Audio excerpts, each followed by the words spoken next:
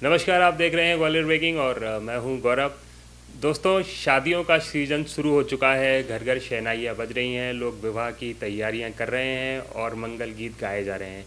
लेकिन फिर भी कहीं ना कहीं देखने में आता है कि कई घर या कई परिवार ऐसे होते हैं जहां पर विवाह के लिए बहुत प्रयास करते हैं। लड़का लड़की काबिल भी होते हैं लेकिन फिर भी उनका विवाह संबंध नहीं हो पाता है। तो इसके पीछे क्या कारण है, आखिर ये संभव नहीं हो पा रहा है? और विवाह अगर हो भी जाए तो विवाह अच्छी तरह से चलता रहे, उनके संबंध मधुर बने रहें, इसके लिए क्या उपाय वास्तु के अनुसार हो सकते हैं? ये सब जानने के लिए एक बार फिर से हमारे स्टूडियो में मौजूद हैं वास्तुविद प्रयास मंगल जी, जिनसे आज हम जानेंगे कि विवाह के संबंध कैसे मधुर बने रहें और विवाह अगर नहीं हो पा रहा है तो वो कैसे हो सकता है। सर, आपका बहुत बहुत स्वागत है। धन्यवाद। सबसे पहला मेरा क्वेश्चन यही है कि लड़का लड़की काबिल हैं, कुंडलियाँ भी मिला ली हैं, मतलब ज्योतिष के अनुसार जो उपाय होने चाहिए वो कर लिए हैं, लेकिन फिर भी विवाह में बाधाएं उत्पन्न हो रही हैं, शादी संबंध नहीं हो पा रहे हैं कई परिवारों में। तो वो क्या ऐसा उपाय कर सकते हैं जिससे कि उनका शादी संबंध है वो हो पाए? मान के चलो आपकी कुंडली में गुरु अच्छा बैठा है, सप्तमेश है, सब कुछ बात है, उसके बाद भी आपकी कुंडली में या आपके विवाह के योग नहीं बन पा रहे, उसका मुख्य कारण वास्तु है। जैसे कि आपके घर के ईशान कोण में जिसमें गुरु ग्रह का वास होता है, अगर वहाँ लेट बात बने हैं या रेड कलर है या कोई भी एंटी एलिमेंट है, तब निश्चित रूप से आपके विवाह में विलम्ब होगा। अब बात रही कि विवाह के लिए जो मेन स्थितियाँ होती हैं, विवाह जो आता है वह लाते हैं समाज के लोग। तो समाज के लोगों को अपने को जोड़ना है, उसके लिए हम क्या कार्य करें? सबसे पहले पूरब दिशा सामाजिक संबंधों की होती है। पूरब दिशा में हम अगर कॉपर या ब्रास के सूर्य लगाते हैं तब निश्चित रूप से संबंध हमारे पास आते हैं। दूसरी बात, विवाह तो आ चुके, अगर पितृ अपने खुश नहीं हैं तो विवाह में विलम्ब आएगा ही आएगा। पितरों को खुश करने के लिए साउथ वेस्ट, जिसको नैरथ कोण बोलते हैं, उसमें अपने पितरों की तस्वीर लगाइए। विवाह सामाजिक संबंध से आ चुका, अब वह पूरा परिपक्व कैसे हो, 100% विवाह कैसे हो, उसके लिए आग्नेय कोण को बैलेंस करें। आग्नेय कोण में आप लाल कलर करिए। अगर यह 3 उपाय अगर आप करते हैं तब निश्चित रूप से आपके कम समय में अच्छे संबंध होगा ही होगा। विवाह में अगर देखा जाए, शादी या फंक्शन जो भी होता है, शुभ कार्य अगर जिनमें गए, अक्सर देखा जाता है कि काले कपड़ों को या काले रंग के शूज़ को अवॉइड किया जाता है। लेकिन आज की जो युवा पीढ़ी है वो कहीं ना कहीं इसको अवॉइड नहीं करती और शादी विवाह में भी पहन लिया जाता है आजकल जो मॉडर्न ज़माना है। तो क्या इस रंग का विवाह पर या शुभ कार्यों पर कोई प्रभाव पड़ता है? देखिए, रंगों का तो जीवन में पूरा महत्व है। सूर्य की किरण जिस भी कलर पर पड़ती हैं तो उसके परावर्तन से एक सकारात्मक ऊर्जा का संचार होता है। जो मांगलिक कार्य जितने भी होते हैं वह गुरु ग्रह से रिप्रेजेंट करते हैं। गुरु ग्रह के संबंधित मित्रगत ग्रहों के आप कलर पहनते हैं तब निश्चित रूप से आपके शादी संबंधों में खुशियाँ ही खुशियाँ होंगी। यदि आप काले कलर के, ग्रे कलर के ये कपड़े पहनते हैं तो ये राहु केतु शनि को रिप्रेजेंट करते हैं। इसलिए हमको सभी लोगों को गुरु ग्रह से संबंधित या गुरु ग्रह के मित्रगत ग्रह जैसे मंगल, चंद्र, इनके कलर पहनना चाहिए। जैसे लाल, पीला, यह सब कलर आप पहनते हैं तब निश्चित रूप से उस घर में मांगलिक कार्य होते भी हैं और वह मांगलिक कार्य सफल भी होते हैं। प्रयास जी, अब बात करेंगे विवाह के इनविटेशन कार्ड या पत्रिका की। बहुत सारे कलर के कॉम्बिनेशंस के कार्ड मार्केट में अवेलेबल्स हैं। लोग अपनी पसंद के अनुसार उन्हें खरीद भी लेते हैं। कलर कॉम्बिनेशन का शायद वो ध्यान नहीं रखते हैं। तो आपके अनुसार, वास्तु के अनुसार, क्या कलर कॉम्बिनेशन या किस कलर का कार्ड या पत्रिका होनी चाहिए कि जिससे कि विवाह जो है उसमें कोई बाधा उत्पन्न ना हो, निर्विघ्न संपन्न हो? आपको जैसे पहले के समय में जानकारी हो कि पहले के समय में पीले चावल दिए जाते थे। पीले चावल ही वे विवाह का निमंत्रण होते। पीले चावल क्यों दिए जाते थे? क्योंकि चावल में चंद्रमा का वास। और पीले क्यों किए जाते? क्यों? गुरु का। तो गुरु और चंद्र जैसे ही मिलते तो गज केसरी योग बनता और वह मांगलिक कार्य को दर्शाता है। इसीलिए आप विवाह पत्रिका जो भी छपवा रहे हैं, मेरा आप सभी से निवेदन है कि आप विवाह पत्रिका पीले और लाल कलर का ही उपयोग करें। आप अदर कलर का उपयोग करते हैं तब आपको कुछ समय के लिए तो लगता है कि हमको इससे कोई समस्या नहीं है। तत्काल तो देखो किसी भी चीज़ का प्रभाव आपको नहीं दिखता, लेकिन अगर आप पीले कलर और लाल कलर की पत्रिकाएं छपवाएंगे तो आपके विवाह में किसी भी प्रकार का विलंब या किसी भी प्रकार का विघ्न नहीं आएगा। आपके जितने भी रिश्तेदार संबंधी आएंगे वह विवाह में आपकी तारीफ ही करके जाएंगे। कभी कभी ऐसा भी होता है कि हम सब अच्छा करते हैं, उसके बाद भी विवाह में विघ्न बाधाएं आ जाती हैं। यही छोटी छोटी गलतियां ही हमारे विवाह में विघ्न बाधाएं बनती हैं। इसलिए पत्रिका का कलर पीला और लाल ही उपयोग करें। प्रयास जी, विवाह भी हो गया, चाहे वो अरेंज हो या लव मैरिज हो, लेकिन होने के बाद देखने में आता है कि कई बार क्लेश भी चालू हो जाता है। तो वो विवाह जो दाम्पत्य जीवन है वो अच्छे से चलता रहे, सुखमय हो, उसके लिए भी क्या वास्तु में कोई टिप्स हैं जो कि आप युवा पीढ़ियों से देना चाहिए? देखिए, सबसे पहले तो शादी के लिए जो बेडरूम तैयार होता है, वह बेडरूम गलत दिशा में ना बनाओ। गलत दिशा कैसे? कि वह ईस्ट साउथ ईस्ट एक मंथन का जोन होता है, उसमें आपका बेडरूम नहीं होना चाहिए। WNW जोन एक होता है, वह आपका डिप्रेशन का जोन होता है, उसमें आपका बेड नहीं आना चाहिए। इसी प्रकार साउथ साउथ वेस्ट एक विसर्जन का जोन होता है, उसमें भी आपका बेड नहीं आना चाहिए। इन 3 जोनों में अगर आपका बेडरूम नहीं बनता, तब निश्चित मानिए कि वह जीवन सफल होगा।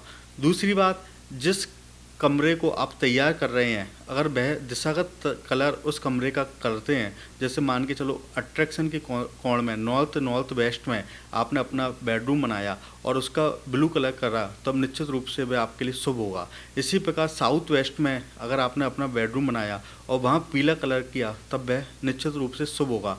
वहीं साउथ वेस्ट का रूम है और आपने वहाँ नीला कलर कर दिया, हरा कलर कर दिया, तब निश्चित रूप से आपके संबंध खराब होंगे। इन छोटी छोटी चीज़ों का ध्यान रखेंगे, आप फोटो फ्रेम का ध्यान रखेंगे, किस वॉल पे लगानी है, क्या करना है, तब निश्चित रूप से आपको अपने जीवन में पारस्परिक संबंधों में प्रेम ही प्रेम नजर आएगा।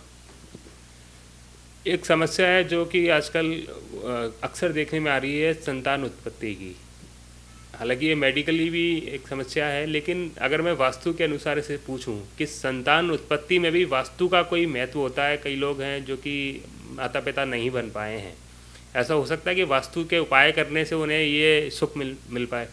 देखिए, संतान उत्पत्ति में जो अब जेंट्स जो होते हैं, वह गुरु ग्रह को रिप्रेजेंट करते हैं और महिलाएं शुक्र ग्रह को रिप्रेजेंट करती हैं। तो अगर ईशान कोण में दोष होगा और आग्नेय कोण में दोष होगा, तब निश्चित रूप से उस घर में संतान उत्पत्ति में बाधा आएगी। संतान की उत्पत्ति का तो आपने उपाय बता दिया, अब संतान हो भी गई, लेकिन कई बार देखने में आता है जैसे नामकरण भी एक बहुत महत्वपूर्ण एक मोड़ होता है किसी भी बच्चे का रखते समय। तो संतान का नाम रखते समय भी क्या किसी बातों का ध्यान रखना चाहिए जिससे कि जो संतान है वो विद्वान निकले और कहें कि होनहार भी रहे? देखिए, नाम का तो विशेष महत्व है। आप जैसे नाम रखते हैं वैसे व्यक्ति का जीवन भी बनता है। जैसे कि मान के चलो, आपका जेंट्स या लेडीज या किसी भी प्रकार के आप नाम रख रहे हैं, तो आपको सबसे पहले यह देखना पड़ेगा कि कुंडली में उसका चंद्रमा किस घर में बैठा है। जिस घर में जैसे 12 हाउस होते हैं, 12 हाउस में जिस हाउस में चंद्रमा बैठता है वह उस व्यक्ति की राशि होती है। जैसे मान के चलो मेरी कन्या राशि है, कन्या राशि से मान के चलो आपने नाम रख दिया 4थे नंबर की राशि का, जैसे कन्या तुला वृश्चिक धनु राशि का आपने नाम रख दिया, तो उस व्यक्ति के जीवन में पर्यंत आपको संकट बने रहेंगे। अगर आप चंद्रमा में की राशियों का ध्यान रखेंगे तो निश्चित रूप से वह व्यक्ति का नाम फलदायी होगा। जी, एक प्रश्न और निकल कर आ रहा है विवाह को लेकर ही कि विवाह होने के पश्चात तलाक की नौबत भी आ रही है, कई बार देखने में आ रहा है। बहुत सारे अखबारों में भी केस आते हैं और देखने को भी मिलते हैं तलाक के कारण। तो तलाक क्या कोई घर में वास्तु दोष होने की वजह से तलाक का कारण हो सकता है या कोई अन्य वजह हो सकती है? वास्तु के अनुसार तलाक का मुख्य कारण यह होता है कि जिन भी व्यक्ति का बेडरूम साउथ वेस्ट जोन, जिसको बोलते हैं विसर्जन का कोण, अगर उस कोण में किसी व्यक्ति का बेडरूम और बेड आ जाता है, तब निश्चित रूप से उनका तलाक हो जाता है। अगर प्रारब्ध अच्छा है, पुण्य बुलंद है, तो उनका अगर तलाक नहीं होता है तो उनमें नोक झोंक बनी रहेंगी। और प्रारब्ध अच्छा है तो उनके बच्चे पैदा नहीं होंगे, और प्रारब्ध अच्छा है तो किसी भी प्रकार की उनमें खटपट बनी रहेगी। इसलिए आपके साउथ वेस्ट जोन में बेडरूम नहीं होना चाहिए। अगर उस जोन में बेडरूम नहीं है तब निश्चित रूप से तलाक की स्थिति नहीं आएगी। प्रयास जी, विवाह के बाद सबसे बड़ी ज़रूरत होती है घर की। व्यक्ति एक सपना देखता है कि खुद का घर हो, मेहनत दिन रात मेहनत करके वो पैसे इकट्ठे भी कर लेता है और खुद का घर या प्लॉट खरीद लेता है, और फिर वो शुरू करता है उस प्लॉट पर मकान बनाना। लेकिन मकान बनाने के दौरान कई बार देखने में आता है कि मकान बनना शुरू ही नहीं हो पाता पूरे प्रयास करने के बाद, या बनाना शुरू कर दिया लेकिन बीच में किसी न कोई अवरोध ऐसा आ जाता है कि वो रुक जाता है। तो उसके पीछे क्या कारण हो सकता है और क्या उपाय हो सकता है जिससे कि वो अवरोध ना आए और वो कार्य संपूर्णता से चलता रहे? मकान बनने में जो अवरुद्ध आता है, जैसे मकान का कार्य चालू हुआ फिर बंद हो गया, उसमें सबसे बड़ा अवरुद्ध है कि जब आपने शिलान्यास किया उस समय वह मुहूर्त कैसा था। अगर आप शिलान्यास गलत समय में, गलत मुहूर्त में करते हैं तो उस मकान में हमेशा विघ्न आता है। दूसरी बात, संपत्ति जैसे प्रॉपर्टी आपने खरीद ली, आपको लगा कि जो पैसे देके ज़मीन मेरी हो गई, तो ऐसा नहीं होता। उसमें सूक्ष्म जीव जंतु और उसमें विभिन्न प्रकार की शक्तियों का वास उस ज़मीन में होता है। तो सबसे पहले उसको आज्ञा लेनी पड़ती है कि इस भूमि में जो भी देवी देवता निवास कर रहे हैं, वास कर रहे हैं, ज्ञात रूप से अज्ञात रूप से जो भी शक्तियाँ इसमें वास कर रही हैं, हम इस भूमि को अपने निवास योग्य बनाना चाहते हैं। यदि आप इस भूमि पर हमको निवास योग्य की अनुमति प्रदान करें, यदि आप इस भूमि पर रहना चाहते हैं तो इस भूमि पर रहें, यदि आप इस भूमि से अन्यत्र कहीं जाना चाहते हैं तो इस श्रीफल में स्थापित हो जाएं। ऐसे देव आज्ञा की अनुमति पहले लेनी पड़ती है। उसके अलावा इसमें अपने को ये ध्यान रखना पड़ता है कि मकान बनाते समय हम किस डायरेक्शंस में लाइट वेट सामान रख रहे हैं और किस डायरेक्शंस में हैवी वेट सामान रख रहे हैं।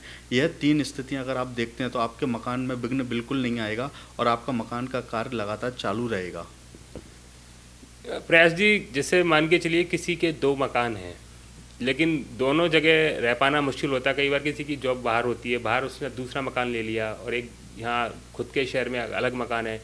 तो अगर जिस मकान में वो नहीं रहता है तो उसके ना रहने से मकान पर कोई प्रभाव पड़ता है, वास्तु दोष के अनुसार कोई नकारात्मकता या कोई ऐसी चीज़? देखिए, आपका कहने का मतलब ये है कि वास्तु में जो व्यक्ति जहाँ रहता है वह उसका प्रभाव पड़ता है कि जो नहीं रहता उसका प्रभाव पड़ता है। तो उसके लिए सबसे पहले जो भी व्यक्ति जिस जगह पर रहता है उस जगह का प्रभाव उस पर पड़ता है। चाहे वह किराए के मकान में रहे, चाहे वह घर के मकान में रहे, चाहे वह फ्लैट में रहे और चाहे उसके कितने भी मकान हो। मान कर चलो आपके 5 घर हैं और या 2 घर हैं और आप मान के चलो जिस घर में रहते हैं वहाँ की वास्तु आपको प्रभावित करेगी, दूसरे घर की वास्तु आपको कोई प्रभावित नहीं करेगी। लेकिन दूसरे घर में जो व्यक्ति रह रहा होगा उसको उसकी वास्तु प्रभावित करेगी। यदि दूसरे घर में ऊपरी हवा है तब निश्चित रूप से वह आपको प्रभावित कर सकती है। जैसे किराए के मकान में कुछ लोग रहते हैं, हर किसी के पास संभव नहीं है कि खुद का मकान ले पाए, तो किराए के मकान में रहकर भी गुजर बसर करते हैं। तो किराए का मकान में जो रह रहे हैं तो उसका भी वास्तु देखना चाहिए या उसके वास्तु का जो किराएदार है उस पर कोई प्रभाव पड़ता है? जी ज़रूर। वास्तु का मतलब ही ये है कि पंच तत्वों को बैलेंस करना। चाहे आप कहीं भी रहें, किराए के मकान में रहें, चाहे घर के मकान में रहें, चाहे किसी भी जगह पर रहें, अगर वहाँ का वास्तु अव्यवस्थित होगा, वहाँ के पंच तत्व अव्यवस्थित होंगे, तब निश्चित रूप से वहाँ के लोगों को ही समस्या आएगी। अगर किराएदार अपनी चाहता है कि उसकी उन्नति हो और वह नए घर में अच्छे से पहुँचे, कम समय में पहुँचे, तो उसको वास्तु व्यवस्थित मकान अगर मिल जाता है तो उसमें रहने से उसकी उन्नति होती है। और वास्तु विपरीत अगर कोई घर होता है तो उसमें वह परेशानियाँ ही भुगता है।